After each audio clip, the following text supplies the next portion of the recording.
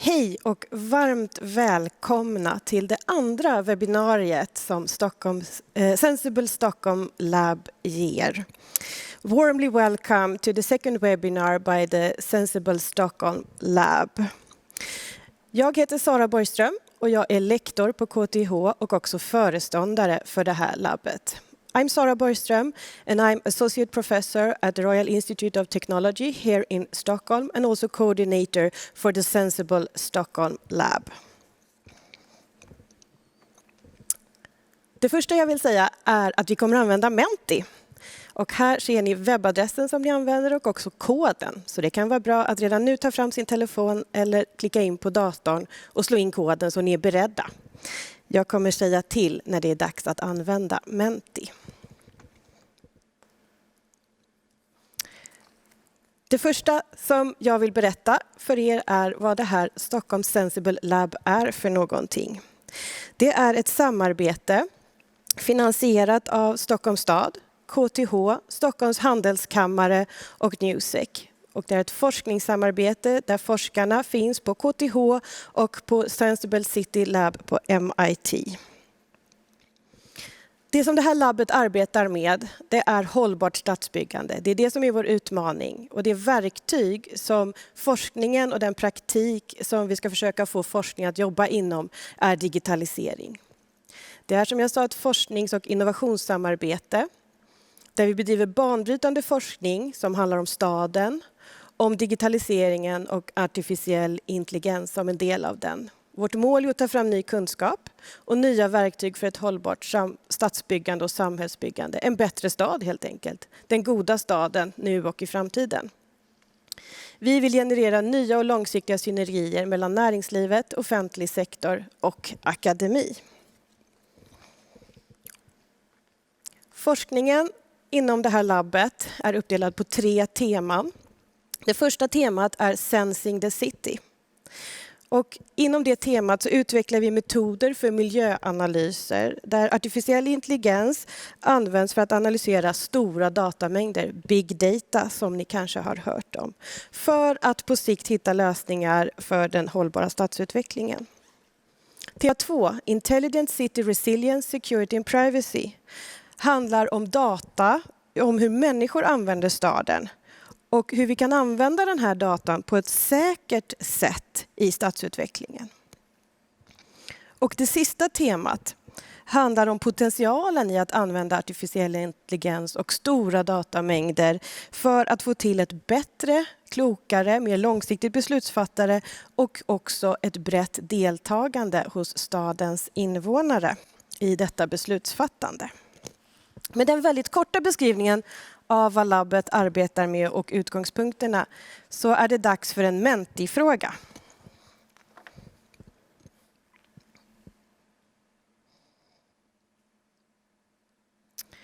Och vi vill såklart veta vilka som är med oss här idag och lyssnar på det här webbinariet. Vilken organisation representerar du? What organization do you represent? Så gå in på Menti, använd koden som ni ser där och svara på denna korta fråga. Nåväl, nu ska vi ägna oss åt innehållet istället. Jag är säker på att det är en stor mångfald av er som är här i rummet och lyssnar på vårt webbinarium. Varmt välkomna och nu vill jag lämna över till Lukas. Tack Sara. Lukas Ljungqvist heter jag och jag kommer fungera som moderator för dagens webbinarium. Jag arbetar som stadsbyggnadsstrateg på stadsbyggnadskontoret i Stockholms stad med frågor som rör innovation, digitalisering och kontorets målansvar för Agenda 2030 mål 11. Jag har även rollen som samordnare för stadens insatser i samarbetet Senseable Stockholm Lab. Och jag tänkte inleda med att berätta lite om hur staden ser på sitt engagemang i labbet. Stadens roll i labbet är som behovsägare och implementeringsansvarig. Och i labbet ska vi samarbeta med forskarna och andra projektpartner för att tillsammans kombinera design, teknik och vetenskap för att ta fram verktyg och ny kunskap för hållbar utveckling och planering i Stockholm. Det är viktigt för oss i staden att resultaten som kommer ut av det här är relevanta till gagn för staden, för medarbetarna och medborgarna. Projekten förväntas förbättra kunskapsläget för den fråga vi studerar och leverera nya verktyg och metoder som utvecklar våra arbetssätt. Vi vill att resultaten på det här sättet ska bidra till utvecklingen av Stockholm som en smart stad. Och beroende på projekt så kommer slutsatserna och data att vara användbara för olika delar av stadens organisation. För att få ut så stor nytta som möjligt av den kunskap och de resultat som labbet producerar så vill vi att resultaten ska vara användbara i väldigt tidiga planeringsskeden. Den här bilden som ni ser på skärmen, den visar förenklat att ju tidigare i en process vi kan komma överens om hur vi ska driva ett projekt, desto bättre. En djup kunskap om planeringsförutsättningarna är avgörande för att lyckas med detta. Vi vill också att labbets projekt ska ha en bredd som gör det möjligt att undersöka hur användningen av stordata och AI kan öka vår kapacitet att planera vår stad med en helhetssyn. Helhetssynen är nödvändig för att vi ska kunna åstadkomma en hållbar utveckling. I det projekt som vi belyser idag, Stockholm Sensing Platform, tittar vi på hur vi kan fånga in lokala datamängder från stadsrummet med hjälp av rörliga sensorer. I det första projektsteget så känner vi av staden och samlar in miljödata som luftkvalitet, temperatur, luftfuktighet, buller, vägkvalitet och IR-data. Och vi vill se hur den här typen av insamling kan fungera som ett komplement till våra nuvarande tekniker och arbetssätt. Förhoppningsvis kommer den data som samlas in vara av tillräckligt god kvalitet för att kunna komplettera de beräknade data som vi idag använder i detaljplanering och att den också kan fungera som ingångsdata i till exempel parametriska studier. Vi tror också att tekniken och kunskapen i Senseable, Stockholm Lab och Sensing Platform ska bidra till våra möjligheter att planera staden i linje med de mål som vi har satt upp för stadsutvecklingen. Översiktsplanens mål om en god offentlig miljö och en klimatsmart och tålig stad är två av dessa. Genom att mäta och få en bättre förståelse för hur staden faktiskt fungerar så kommer vi få ny kunskap hur vi ska hantera dem. På samma sätt hoppas vi kunna använda kunskapen om stadens lokala mikroklimat för att utvärdera metoder att planera staden i enlighet med miljöprogrammet och framförallt mål 3 och 6 om klimatanpassning, frisk luft och god ljudmiljö. Med detta sagt vill jag ge ordet till forskarna från MIT och KTH som ska ge er en insyn i projektet, upplägg och tidiga resultat.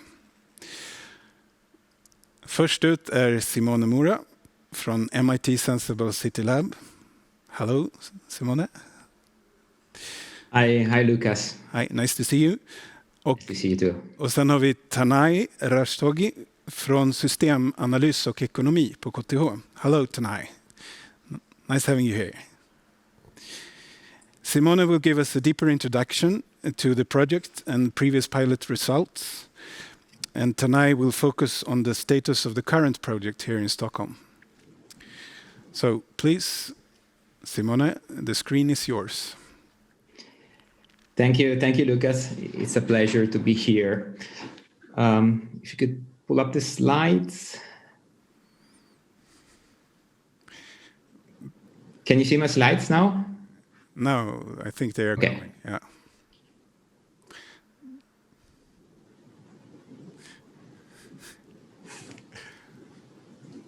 There you go. Slides are running. All right. Thank you. So thank you, everybody. It's a pleasure to be here. My name is Simone, and I'm one of the researchers of the MIT Senseable City Lab in Boston. And we are a multidisciplinary group of researchers, designers, and scientists who look at how to use digital technologies and data to understand cities better and to design for healthier and more inclusive societies. And in this project, we investigate new ways to capture the very different microclimates that can coexist within cities. And we want to build a precise and real-time, a set of real-time maps of phenomena like air quality, like noise pollution, like thermal hotspots that could lead to heat strokes. And we want to understand how to use this information to design better and healthier city, for example, by driving the design of new public spaces, as well as informing decision in policy making. And capturing environmental data is a complex problem because the phenomena that we want to observe are hyperlocal, so they change very quickly, both in time and in space. And if we consider, for example, air quality, which is a top priority for many cities, there are studies that show that this information can change by order of magnitude of 10 within the same city block, so within a few meters. And the technology that cities deploy to capture these phenomena usually follow two approaches. On one side, we have ground stations that are very good at providing temporal coverage of the phenomenon.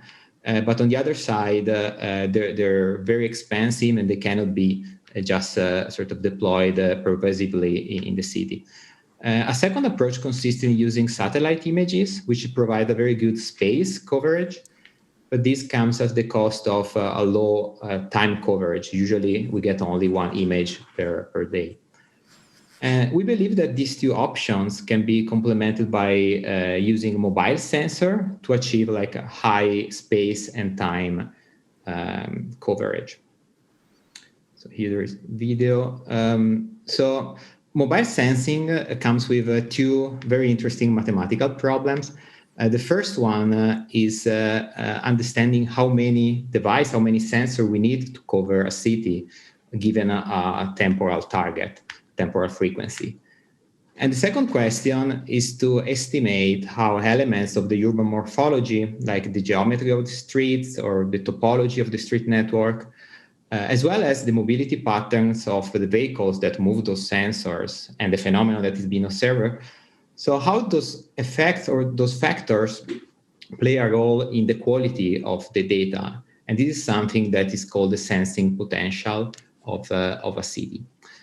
But there is also a third problem, which is maybe is more practical, which is who's going to drive around with all those sensors? So do we need special vehicles like the one in this photo with the professional drivers, or rather, can we use vehicles that are really everywhere in the city, like taxis, like buses, like garbage trucks?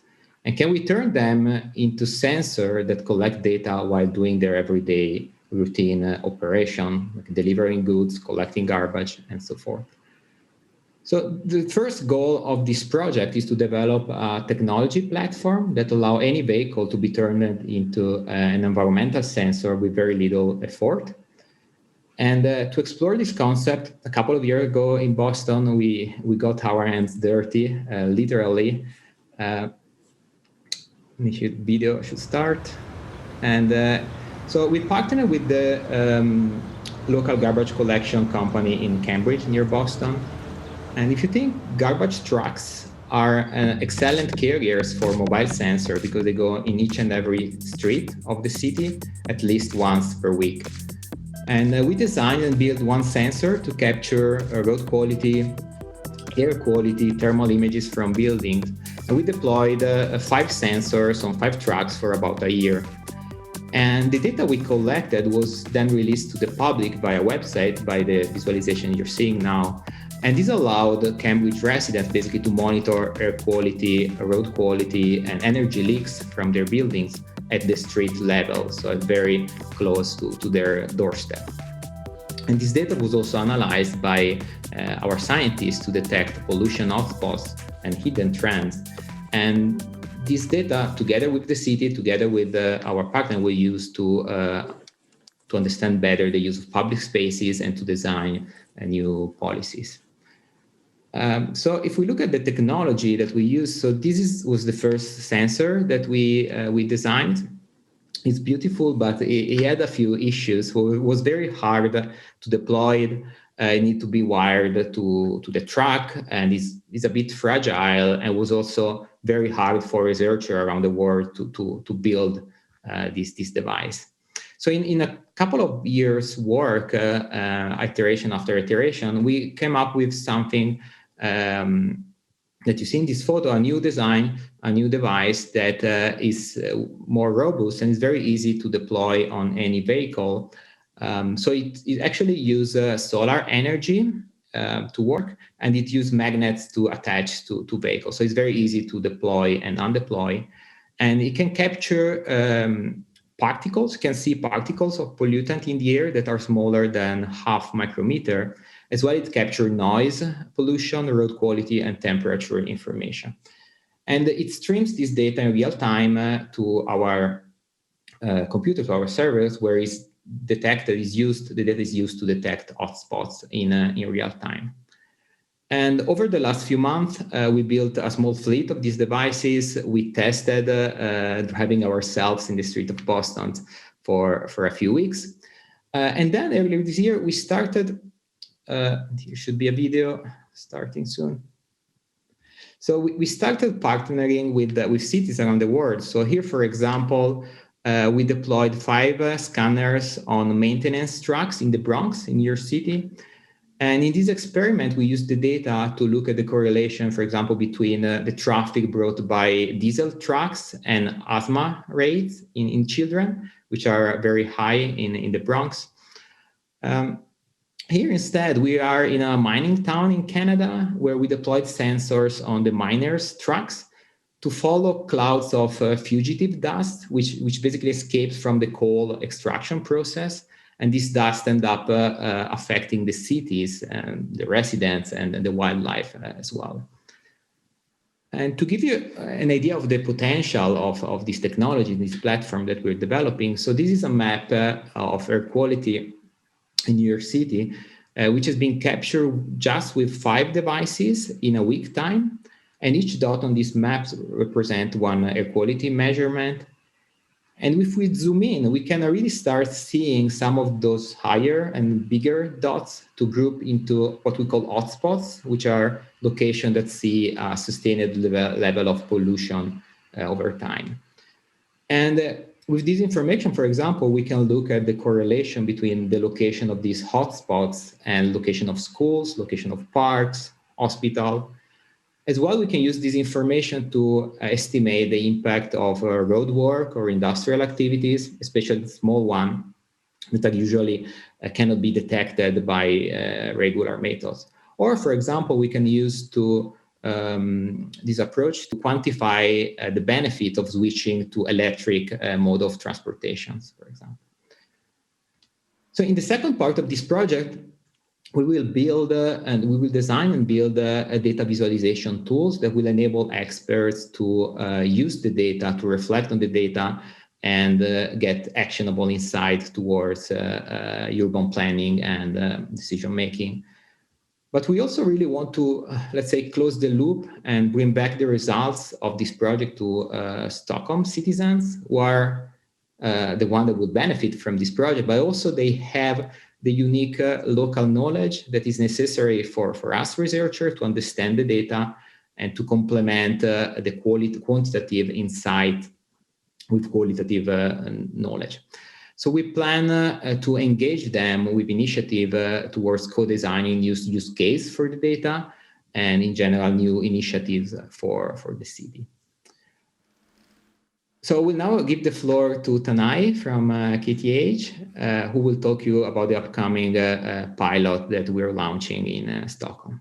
Thank you. Thank you very much, Simone. It's very interesting, nice presentation. Now we will give the word to KTH and our researchers there, who will tell us more about the implementation here in Stockholm. Tanay, are you with us? Yeah.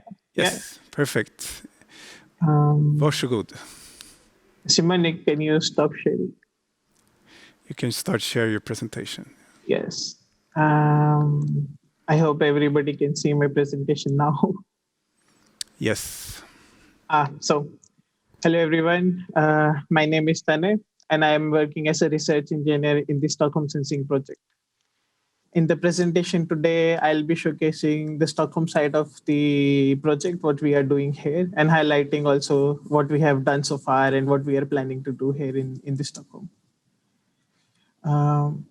So as already presented by Simone, we have mostly two visions for the project.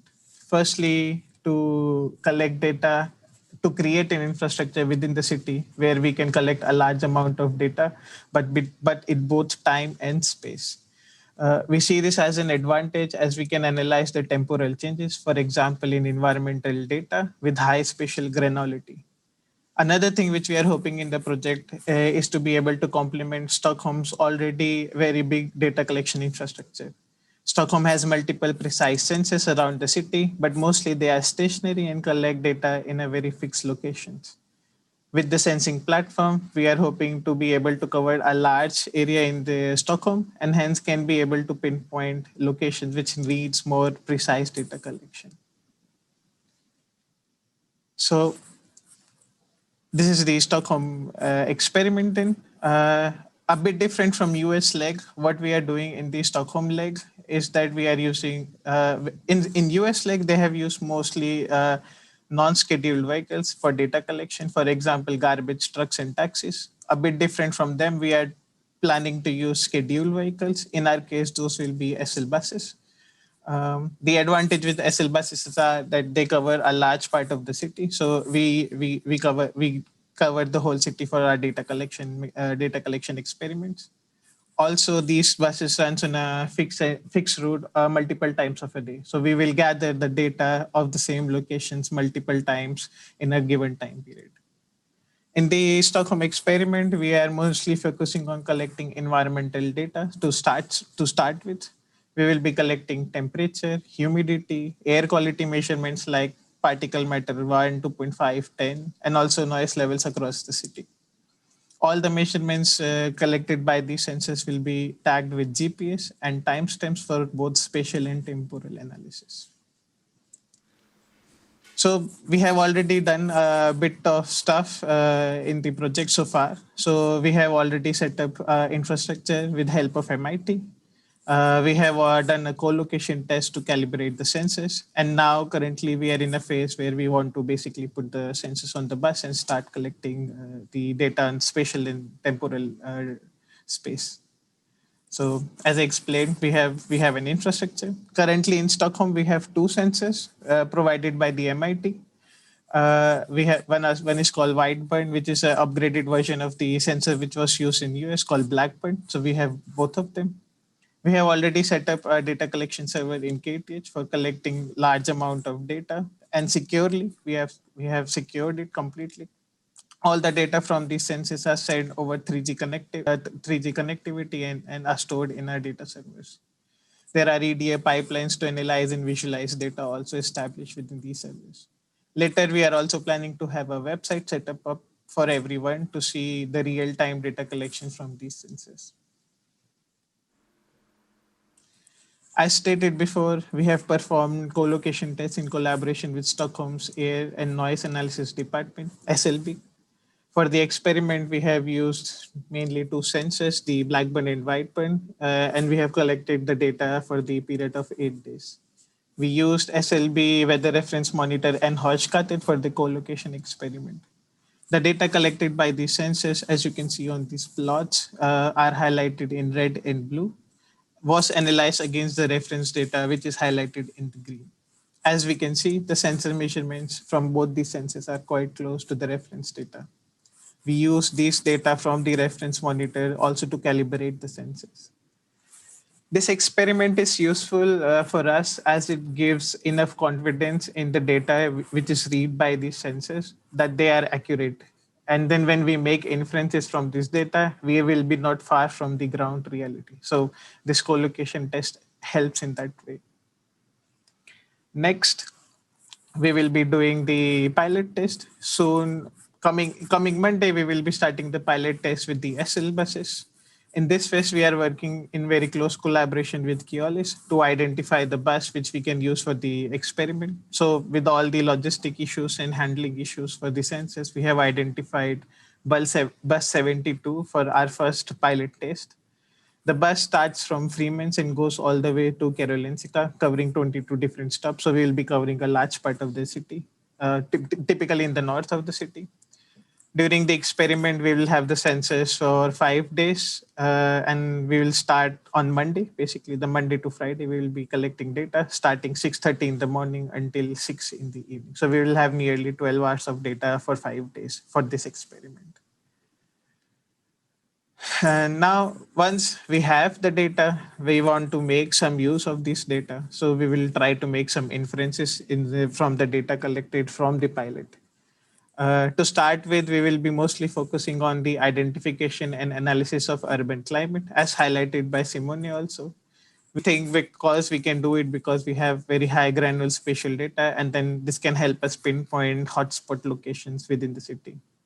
Another thing which we can be analyzed is the effect of green infrastructure. We are very interested in the green infrastructure within the Stockholm, and to help us analyze how this green infrastructure controls the temperature and air pollution within the urban environment. There can be many more use cases in this with this kind of data, and we can be and definitely a cooperation from the different departments in Stockholm City will help us doing this project. In the project, we are also hoping to make real-time visualization as it was done in the US, like for everyone in the city to see how the air quality and temperature for each specific location in the city is. So this is what we are doing in Stockholm. I hope that you like what we are doing here and enthusiastic about the results as we are. For more information, you can definitely visit our website, sensiblestockholm.org, and please follow us on LinkedIn. Thanks. That's all from my side. Thank you very much, Tanay. It's great to see that we finally are, on board, on the bus, moving out from Monday on. That's wonderful, wonderful news. Thank you for your presentations, both of you. Tack för era fina presentationer. I will switch to Swedish. Sorry. Vi kommer nu att öppna upp för en frågestund där vi kommer försöka besvara de frågor ni har ställt via Menti.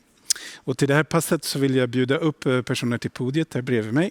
Max Elmgren från SLB Analys, miljöutredare på miljöförvaltningen. Varsågod. Vi har Anders Broberg, samordnare Smart stad, SLKs innovationskansli och Sankt Erik kommunikation. Också förstås Sara. I would like to be the first one asking a question. I mean, you have already been talking about it in your presentations, but I just wonder, what is like the most intriguing thing that what do you wait for? What do you long for to start now? The excitement. Will you start? Simone, yes. Go ahead.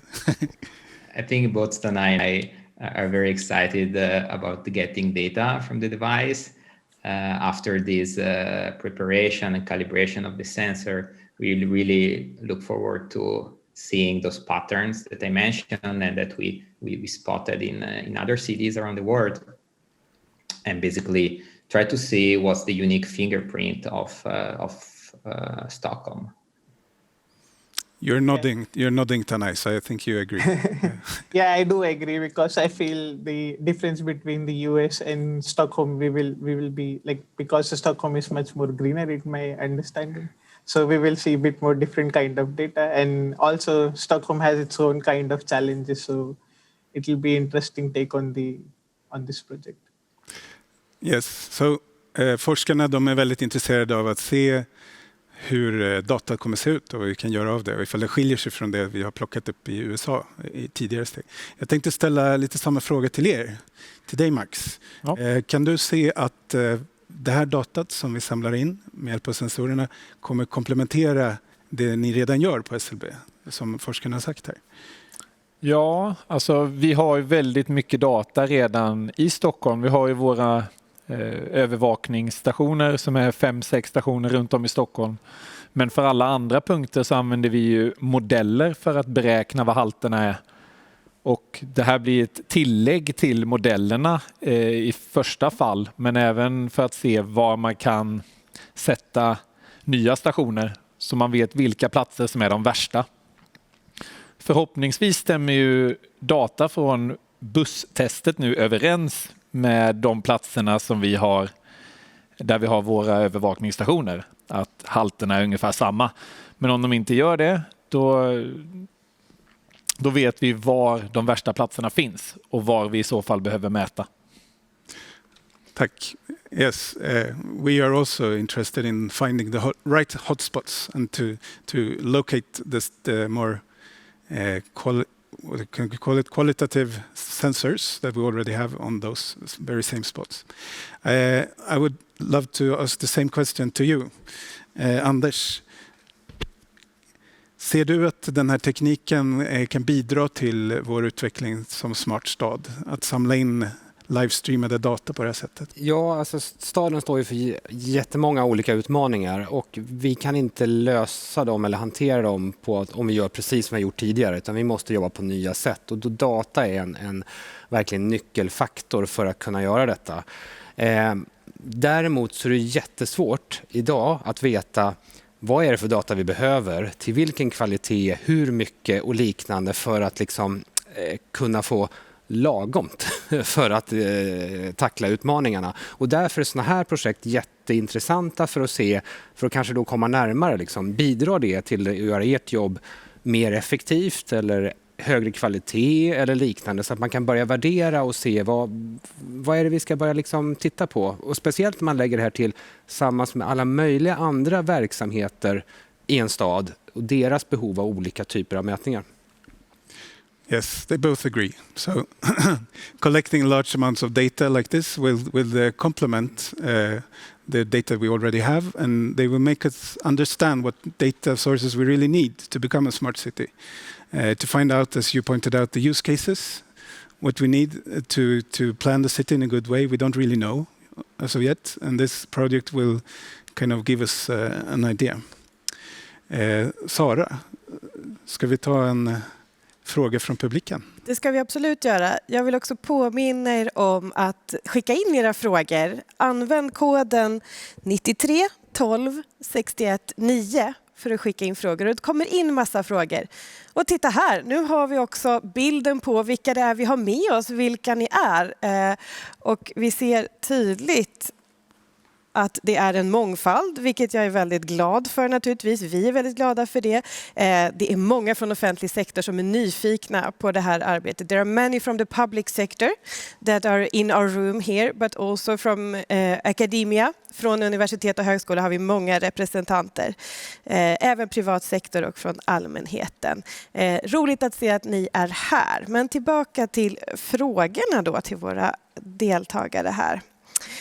Den första frågan som har dykt upp här som jag tycker passar ganska bra är: hur mycket detaljrikedom behöver vi? Finns det någon bortre gräns? Det är någon som frågar här, hur många taxibilar och sopbilar behöver vi för att ha data per minut per 10 meter? How many taxis, or how great must the coverage be, and how many data points do we need to cover every 10 meters? Anders, you want to say something? Ja, det beror ju alldeles på vad vi får upp ekonomin. Yeah. Alltså, det går ju att mäta i det oändliga, vilket skulle vara jättekul på ena sidan. Yes. Men får man säga från en stats perspektiv, så det här gäller att hitta ut. Vad är lagomt? Vad får vi ihop business-casen för att liksom få ordning på detta? Så det är därför det är jättebra att kunna ha verksamheter som har tradition, har massa data och kunna korrelera mot och se liksom hur mycket mervärde kan vi få och vad kan vi hitta effekterna och på den sätten. Anders, he answered the question so that you know. I would translate. It's very important for us. We cannot measure everything. We need to be wise and to measure only the things we need. And it's really difficult to know, as we said before, what we really do need. And therefore, economy has a vital part here. And this project will kind of show us how much we can cover within a certain budget and what use we can make of that data. So, talking about coverage, this is for you, Simone. You have shown the potential of having a great coverage with a few cars, looking at almost a whole city with, like, what did you say, 5-10 vehicles? 10 vehicles. Yeah. Yeah. So that's great, but the other thing here is the quality of the actual measurements, and that is kind of under question because they are cheap. The sensors are cheap, and we are questioning whether or not the data will have good quality or sufficiently good quality so that we can really use it. Have you, since you started your first pilot, seen a development on the technical side here? Are the sensors getting better? Yes, so the technology has improved a lot from our first pilot in 2017, both because of the advances in sensor technology, but also because we became better at validating the data and using some mathematical models to leverage other data sources like satellite images and ground stations, basically to calibrate the sensor and also to correct the readings of the sensor based on background parameters, for example. But perhaps I want to remark that this approach is really, it complements ground stations and satellite data, and it's very good at plotting hotspots and trends and seeing trends. But then we still need those more sophisticated and bigger and more expensive sensors, but then we can deploy them in the areas that we know are of interest for us. So we can use really this pilot to spot those hotspots and deploy or guide the deployment of other technologies in those locations. Yes, you mentioned that in the case in New York. It is running right now, isn't it? Yes, correct. And I think something similar would really be interesting for us moving forward. Yeah, this is exactly what I was talking about before. We want to know where the hotspots are, if there are not at the same spots as we have our stations now, because it's really important to measure in the right spot. Yes. If our stations measure lower than the air quality guidelines, but there are still hotspots which measure higher values, then we really need to measure at those places instead, and then we just have to move our stations. Yeah. So we could use another truck then to move the station. So another thing is also to look at the information combined with land use, right? So that we can see if there are overlapping, if there are people that are really exposed to those higher level of pollution. Okej, do we have another question? Har vi någon mer fråga? Ja, vi har ju det som kopplar till precis det vi pratar om just nu. Så finns det några exempel där den här typen av datainsamling har använts för att just vara ett stöd för design och planering och beslutsfattande policies till exempel? Okay, I will translate. Do you have an example of this kind of technology, this kind of data collection, and that it has been used to support urban planning, or the thing that we are really after here? Are we the pilot, or have you done it already? So we're still in the phase where we talk with cities, we collect data, and we define use cases. And for example, I can mention that in New York City, the local government is very interested in using this platform to analyze the impact of the electrification of their public fleet and deploy electric buses in the areas that are polluted the most. Also, another example, they want to see when they plan for different or new subway lines or new or different public transit modes. We want to see how the effect of these decisions impact on air quality, and they want feedback loops that are very short, in a way that they adapt to their decisions and try out new things. And this is, I think, it's very exciting what we want to do in Stockholm, looking at the greenery, looking at the impact of the green infrastructure as well. We haven't done it before, as well as looking at noise pollution, which we haven't yet. To evaluate the ecosystem services, if we can, to see what the green infrastructure can provide. You wanted to comment? Yes, I would say that it's a challenge for a city like Stockholm is, say, the tradition and the culture issue. Would we be courage enough to decide based on data like this, real-time data? I don't know. I think we are there right now. So this is a well, I think the future will be decision more based on real-time data and analyzed and so on. But I would say it's a long journey still to change the way to rule the city and make decisions. So therefore also this is a really good project to see if we have real-time data or data like this, would it be more effective to change the organization or the way how to handle and deliver our service case? So it could have a really important impact then. Yes, but because normally what we see is not really the technical issue who is the challenge. The real challenge is the culture, how to change the organization, the mindset in the city. Yeah, that's true. Talking about challenges, I think our time is running up. Do we still have some time left? I think we have time for one more question. One more question. Yes. Okay. I will continue on this, challenge. Challenge. Right? I just wanted to ask you whether or not you have any, the biggest challenge that you have seen so far in this project, Tanay, apart from the COVID situation, which is obvious. What have you bumped into? What are the unforeseen obstacles that we can learn from? Okay. Yeah, definitely the COVID has affected the timelines for our project. So we are a bit delayed on what we planned already in the project. But apart from those COVID situations, we also didn't see the administrative and logistic issues. So those are definitely the challenge in the research project. But as they say, it's a research project, and then with the problems you learn with these issues. Even a failure is a good result, anyway, right? Exactly. That is science.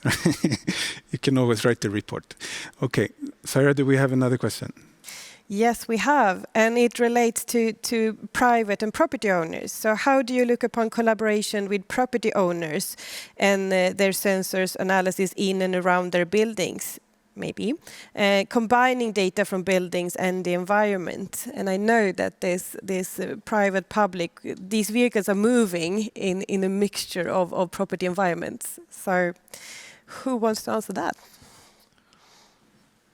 Anybody tempted?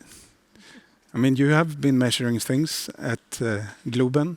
Yes. In addition, another project. What I would say is it's also a challenge. Well, if you talk about different owner of data, and it's a challenge to share the data and decide who is responsible for which data, how to exchange it in a lot of different things.